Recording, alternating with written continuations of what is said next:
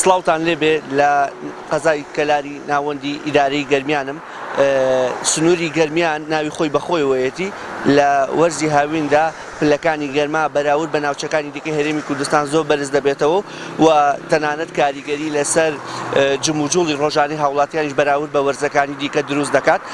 ئەمڕۆ پلەی گەرما لە قەزای کەلاری ناوەندی ئیدارەی گەرمیان 48 پلە بە 31 واتە لە ڕۆژدا و لە ئێستادا کە نیوەڕۆیە پلەکانی گەرما بۆ 48 پلەی سیلیزی بەرز بۆتەوە و ئەم گەرمیەش ڕاستەوخۆ بە بەشێک لە دارەکانی با بڵێن ئیدارەکەەوە یاخود قەزاکەوە هەستی پێدەکرێت و لە هەمان کاتیشدا بە باخچەکانەوە ئەو پلە گەرمیە هۆکار بووە بۆ ئەوەی کە کاریگەری ڕاستەوخۆ لەسەر وشکبوون یاخود زەربوونی بەشێک لە باخچە و تەنانەت ناوچە سەوزاییەکانی قەراخ شەقامەکانی ئیداری گەرمیان و شەقامە سەرەکیەکان دروست بکە.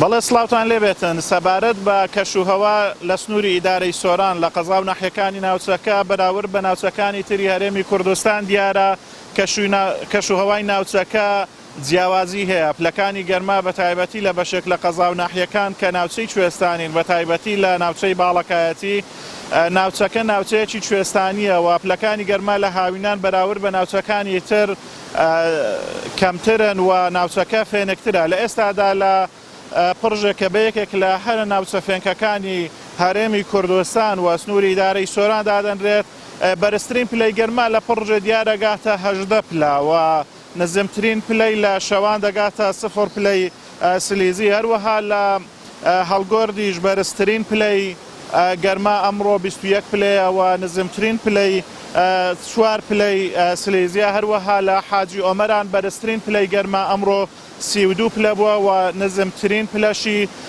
15 پلەی سلیزی بووە و هەروەها قەزای چۆمان بەرزترین پلەی 37 پلە بووە و هەروەها نزمترین پلەشی 19 پلەی سلیزی بووە.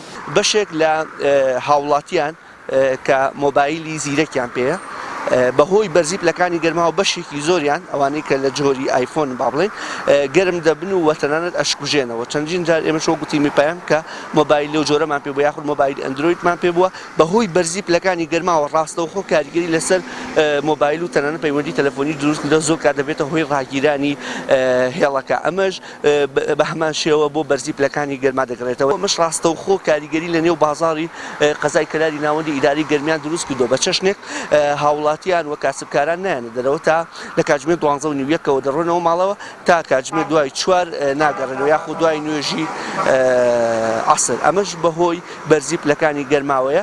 دیارە ناوچەی باڵەکایەتی لە سەراستی هەرێم کە بە ساردترین ناوچە و فێنکترین ناوچە دادەنرێت خەڵکێکی زۆر لە ناوەخۆی هەرێمی کوردستان و لە باشوور و ناوەڕاستی عێراق ڕوو لەم ناوچانە دەکاتن بە تایبەتی ڕوو لە وێزێ دەکەن و هەروەها لە پڕژێ دەکەن لە باڵەکاتی چونکە ئەم ناوچانە پێویستیان بە فێنکەرەوە نییە.